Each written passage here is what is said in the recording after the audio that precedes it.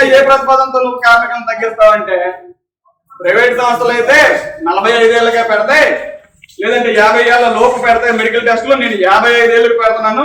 అక్కడ ఎవడైతే medical unfit గా వస్తాడో వాడిని తీసేస్తారంట నిర్దేశం. మరి ఈ రోజు ఈ దుమ్ము ధూళి మింగుతూ ఇన్నేళ్ళు ఈ సంస్థ కోసం పనిచేసిన వాడికి గవర్నమెంట్ సంస్థ ఇచ్చే బహుమతి అది. నాకు ఆ రోజు నువ్వు ఇదంతా ఉంటదని తెలియదు కదా. ఈ రోజు దీనిగా వచ్చింది కాబట్టి, క్రైస్తవ వచ్చింది కాబట్టి నేను తీసేస్తాను అంటున్నావు. లాభాలు వచ్చిన రోజు నేను పంచలేదే. నాకు క్రైస్తవ వస్తే నువ్వు తీసేస్తావు నన్ను. నాకేమి నన్ను ఊరికనే పంపించైతే అక్కడ నాకు డబ్బులు ఇచ్చి పంపించేది కాదు. పర్మనెంట్ ఎంప్లాయీస్ లాగా మా బతుకులు కాదు. మేము ఈ వచ్చే 10-15 వేల జీతాలతోనే బ్రతకాలి. అందుకని దయచేసి యాజమాన్యం వారికి మరలా చెప్తున్నాం, ఈ క్యాంటీన్ కార్మికులను తగ్గించే యోజన తీసేయండి. ఇది కరెక్ట్ కాదని చెప్పి ఇప్పుడు ఈయన కూడా వచ్చి చెప్పాడు, నా చేతుల్లో ఏం లేదు, మీరు ఎక్కడికి వెళ్ళి అక్కడ చేయండి అని చెప్పి. మరి ఈయన చేతుల్లోనే లేకపోయి, సీజీఎం హెచ్ఆర్ చేతుల్లోనే లేకపోయి, సీజీఎం వర్క్ చేతుల్లోనే లేకపోయి, ఎవరి చేతిలో ఉన్నట్టు ప్లాంట్? మరి వాళ్ళందరూ కీలు బొమ్మల్లా ఆడిస్తే మీరు ఆడడానికా చదువుకున్నది? ప్రాక్టికాలిటీ ఎవరికి చెప్పరా మీరు? ఇక్కడ ఎంతమంది పని చేయాలి, ఎంతమంది ఉండాలి, ఇక్కడ సర్వీస్ ఎట్లా జరుగుతుంది, ఏమవుతుంది అని చెప్పాల్సిన బాధ్యత ఎవరిది? ఎవరు తీసుకుంటారు అది? అక్కడ కూర్చున్నోడికి తెలియదు కదా ఇవన్నీ. ఈ రకమైన ఆలోచనలతో యాజమాన్యం ఉన్నప్పుడు ఒక పక్క వీళ్ళు ఇట్లా చేస్తూ ఉంటే మన కాంట్రాక్టర్లతో ఒక రకమైన పద్ధతి. అయ్యా మా పరిస్థితులు ఎట్లా ఉన్నాయి, మా బ్రతుకులు ఎట్లా ఉన్నాయి, ఇంతకు ముందు కూడా మీకు చెప్పాం మేమందరం. ఏమైనా అంటే మాకు లాస్ వచ్చేస్తుంది అంటున్నారు. ఎక్కడ వచ్చింది మీకు లాస్? ఎందులో వచ్చింది లాసు? రూపాయి టు రూపాయి లెక్కేసి చెప్పగలం మీకు లాస్ ఎక్కడ రాలేదో, ఎక్కడ వచ్చిందో. మాకు ఆ స్కిల్స్ ఉన్నాయి. కాకపోతే ఉన్న పరిస్థితులకు అనుగుణంగా నాకు 15,000 ఎంత గొప్ప, నీకు 10 లక్షలు అంత గొప్ప. నాకు ఇచ్చే 15,000 కోసం నేను ఎట్లా ఆలోచిస్తానో నీ ఆలోచన కూడా కరెక్టే. కానీ నువ్వు పోరాడాల్సింది, ఫైట్ చేయాల్సింది యాజమాన్యాలతో, నీకు వచ్చే దీంతో. అంతే తప్ప విచ్చలవిడిగా మాట్లాడేసి అసలు సంబంధం లేని ఇష్యూస్ నేను వాడిని మేపుతాను వీడిని మేపుతాను అనే యోచనలో మీరు దయచేసి ఉండొద్దని మీ అందరికీ తెలియజేస్తున్నాను. కాంట్రాక్టర్స్ ఎక్స్పెషల్ వాళ్ళకి తెలియజేస్తున్నాను నేను ఈ ధర్నా సందర్భంగా. ఎందుకనంటే మీకు లాస్ వస్తే నేను తినడం వల్ల కాదు, నువ్వు మైనస్ చేయడం వల్ల. నీకు లాస్ వస్తే నీకు మైనస్ నీ కాదు తెచ్చింది నువ్వు రివర్స్ యాక్షన్కి వెళ్ళినప్పుడు కూడా -% తగ్గించి వెళ్ళింది నువ్వు, నా వల్ల కాదు వచ్చింది. కార్మికుడు నీకు ఎప్పుడూ సహకారమే చేశాడు. కార్మికులు ఈ రకంగా ఉన్నారు కాబట్టి ఈ రోజు మీ అందరూ ఆర్థికంగా బలంగా ఉన్నారు. ఇంకా ఎక్కువ చెప్పాల్సిన అవసరం లేదు. దయచేసి రాని ప్రతి ఒక్క క్యాంటీన్ కార్మికుడికి రేపటి నుంచి మనం తీసుకునే నిర్ణయాలు కానీ ఆలోచనలు కానీ మీ అందరూ గుర్తుపెట్టుకోండి. ఇంతే కదా అని వదిలేస్తే దేనికి చెందకుండా పోతాం మనం, దేనికి చెందకుండా పోతాం. ఇకనైనా ఈ సీరియస్నెస్ నీకు రాని కార్మికుడు నువ్వు ఎందుకు రో, నేను పుట్టిస్తే నువ్వు ముద్దులాడటం కాదు, నాతో పాటు నువ్వు కదిలిరా, అప్పుడే మనం సక్సెస్ అవుతామని చెప్పి తెలియజేసి ప్రతి ఒక్క క్యాంటీన్ కార్మికుడిని కదిలించాలని చెప్పి కోరుకుంటూ నాకు ఈ అవకాశం ఇచ్చిన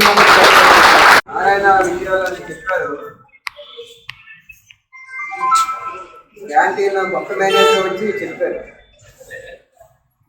ఆయన మాటలు చూస్తే చాలా వాస్తవానికి దగ్గరగా ఉన్నట్టు మనం అనిపిస్తుంది. కానీ అసలు జరిగింది ఏంటి? 2 ఏళ్ళు టెండర్ అయిపోయింది, మరొక 6 నెలలు ఎక్స్టెన్షన్ అయిపోయింది, దాదాపు 30 నెలలు గడిచింది. 2 సంవత్సరాలు టెండర్ అయిపోయిందంటే కొత్త టెండర్ అనేది ప్రక్రియ అనేది ప్రారంభించాలి. ఆ కొత్త టెండర్ కోసం మరొక 6 నెలలు ఎక్స్టెన్షన్ తీసుకున్నారు. ఈ 6 నెలలు ఏం చేశారు మీరు? టెండర్ ఎందుకు ఇంతవరకు ఫైనలైజ్ చేయలేదు? 3 సార్లు టెండర్లు వాయిదా చేశారు. దేనికోసం? సమాధానం యాజమాన్యం చెప్పాలి. రేపు క్యాంటీన్లు ఆగిపోతా ఉన్నాయి, 12 hours కార్మికులు ఇబ్బందులు పడతారు. దీనికి ఎవరు బాధ్యులు? యాజమాన్యమే బాధ్యత వహించాలి. ఇంటైనా టెండర్లు సకాలంలో పూర్తి చేయడం చేతగాక కార్మికులు ఇబ్బంది పెడతా ఉన్నారు. మీరు దీనికి పూర్తి బాధ్యత ఉక్కు యాజమాన్యం వహించాలని చెప్పేసి సిఐడి ఆ పని చేయడం మానేసి వాళ్ళ ఎక్సెసివ్ పీరియడ్ పూర్తయ్యే వరకు ఆగి నేను బతిమాలుతాను బామాలుతాను అని చెప్తావా? ఎందుకు బతిమాల కాంట్రాక్టర్ని? నీ పన్ను ఇన్ టైంలో చేస్తుంటే కాంట్రాక్టర్లు బతిమాలక్కర్లేదు. ఎవరు టెండర్ వేసుకొస్తే వాడు టెండర్ ఇప్పటికి స్టార్ట్ అయిపోయి ఉండేది. ఆ పని చేయడం మానేసింది. ఇప్పుడు వచ్చిన ఆయన మంచి అతను, నేను కాదంటలేదు, ఈయన ఎఫర్ట్ పెడుతున్నాడు. ఈయనకంటే ముందుండే ఆఫీసర్లు ఆ పని చేయలేదు, నిర్లక్ష్యంగా వ్యవహరించారు. ఇంత ముందున్న పెద్ద అని చెప్తాడంట, లైఫ్ స్కిల్లో తీసియండి, స్కిల్లో తీసియండి. నువ్వు వచ్చి వంట చేస్తావు రావుతున్నావు, చేయగలడు ఆయన. మరి కాకినాడ తీస్తే వంట ఎవరు చేస్తాడు అక్కడ? అసలు నిన్ను తీసేయాలి. అలాగైతే స్టీల్ ప్లాంట్ దరిద్రం పోతుంది. ఈ నడపడం చేత కావట్లేదు ప్లాంట్. 3 నెలలుగా కార్మికులు ఇబ్బందులు పడుతూ ఉన్నారు. కాంట్రాక్టర్ అందరూ బయోమెట్రిక్ దీనికి లింక్ పెట్టి బిల్లన్నీ వెనక్కి వచ్చేసింది. దానికి ఒక కమిటీ చేశారు. ఈ రోజు వరకు దాన్ని పరిష్కారం చేయలేదు. 3 నెలలు 4 నెలలు నీ చేతగారి తరం వల్ల ఈరోజు కార్మికులు అందరూ జీతాలు లేక ఇబ్బందులు పడతా ఉన్నారు. ఇది మీరు గ్రహించాలి. ఇక రెండో వైపు మన కాంట్రాక్టర్లు, వాళ్ళకి చెప్పాం మనం, అయ్యా మేము రోడ్లు పడుతున్నాం, మీరు రండి, మీకు ఏ సహకారం కావాలో మేము చేస్తాం, మీరు ముందుకొచ్చి క్యాంటీన్ నడపండి అని చెప్పేసి మనం చెప్పాం. మనం యూనియన్గా మీటింగ్ పిలిస్తే మీటింగ్కి రానని చెప్పాడు ఒక పెద్ద. కొద్దిమంది వస్తా ఉన్నారు, మీరు రావాల్సిన అవసరం లేదండి, మీరు టెండర్లు వేసాం కదా, ఇంకా మీతో మా పని ఏంటని చెప్పేసి అన్నారు. యూనియన్తో పని లేదా? రోజు ఎల్లప్పుడూ ఒకేలా ఉండవండి. ఖచ్చితంగా మాకు ఒక రోజు వస్తుంది, ఆ రోజు మా సంగతి ఏంటో మీకు చూపిస్తామని చెప్పేసి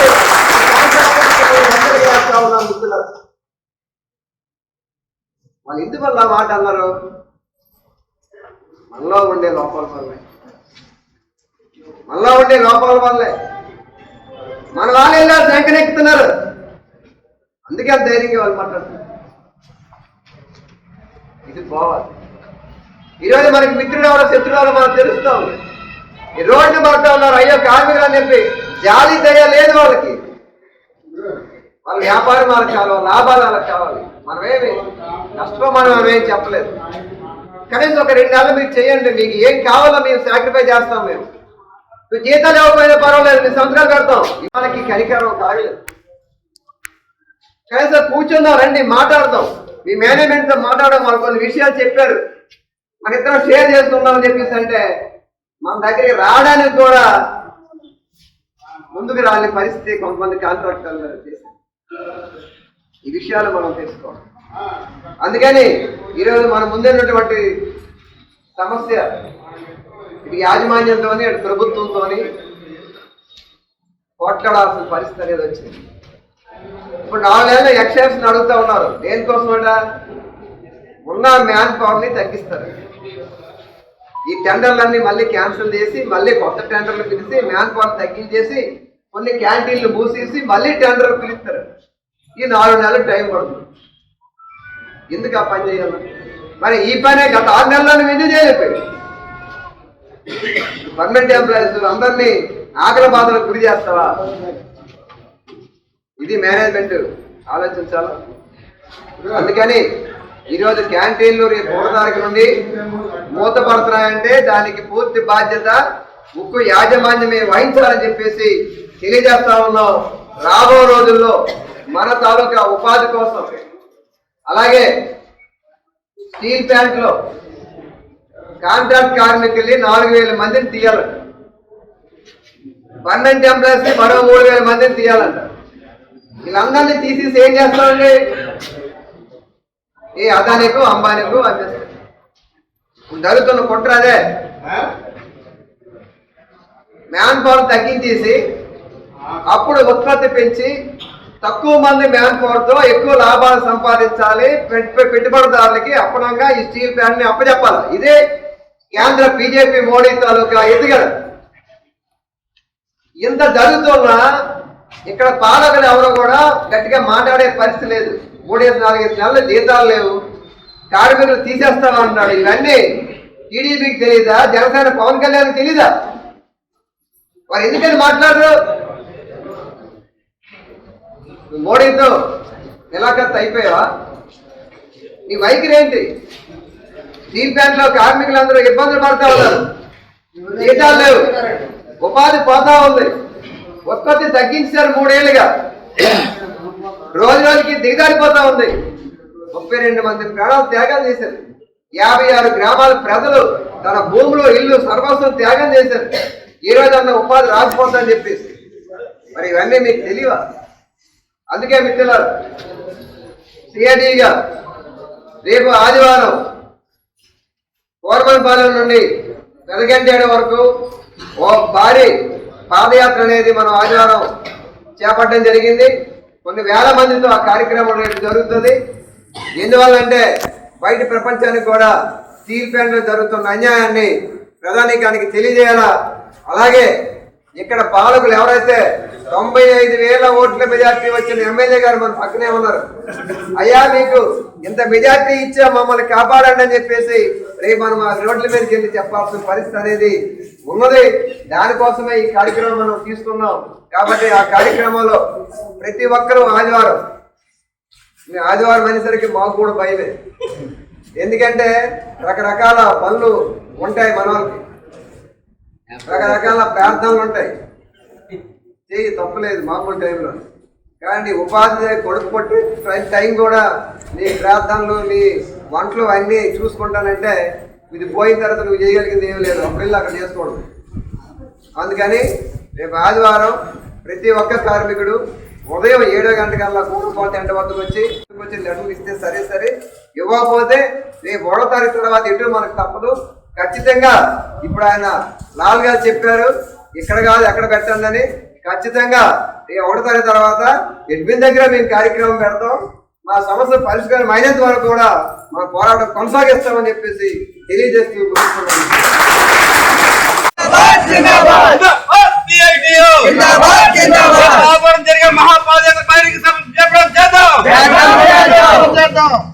కొట్టుకుపోతాం కదా పోదాం అని చెప్పిన చూద్దాంలే, అడిగిపోతాం, ఒడ్డు తేల్తాం లేదు చూద్దాం అనుకున్నాడు అనుకుంటాడు. అడిగిపోతాడు, కొట్టుకుపోతాడు, అడిగిపోతాడు తెలియదు.